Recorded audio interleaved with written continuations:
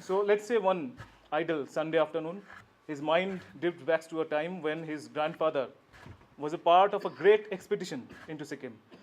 That time, in the 1850s, was a very confusing time for the small lecture villagers in Sikkim. A great white Sahib had come to Sikkim, and he was employing people and hiring them all from all over the place. The lectures were like very confused. This guy was coming from such a vast distance away, and he was the only thing he was collecting was doing was collecting plants. So they named him in their local dialect as the madman, but they didn't complain because he was giving them good wages.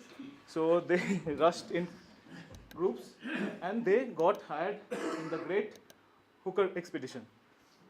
This Hooker is the famous botanist J.D. Hooker, who gave us the plant taxonomy, base of modern plant taxonomy, Dalton and Hooker plant classification system.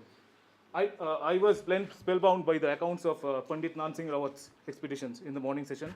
This expedition was similar in its magnitude and more important in terms of biodiversity because this expedition went to an area where absolutely no baselines existed.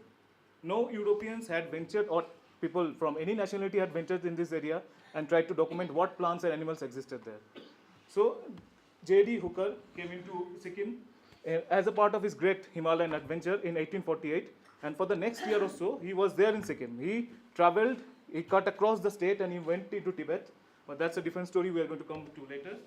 So this provided an immense strong and huge database of plants and animals in that area. If you have read his accounts of that journey in a 2-volume set called the Himalayan Journals, it's a fantastic book.